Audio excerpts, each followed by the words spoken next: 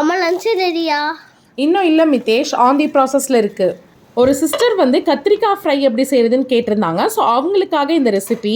நான் இன்னைக்கு ரொம்ப சிம்பிள் மெத்தடில் தான் கத்திரிக்காய் ஃப்ரை பண்ண போகிறேன். ஒரு கடாயில் தேவைக்கேற்ப எண்ணெய் ஊற்றிட்டு அதில் நான் வெட்டி வச்சிருக்க கத்திரிக்காவை சேர்த்துக்கிறேன். நான் இன்னைக்கு 2 பெரிய கத்திரிக்காய் எடுத்திருக்கேன். எங்களுக்கு இது போதும்.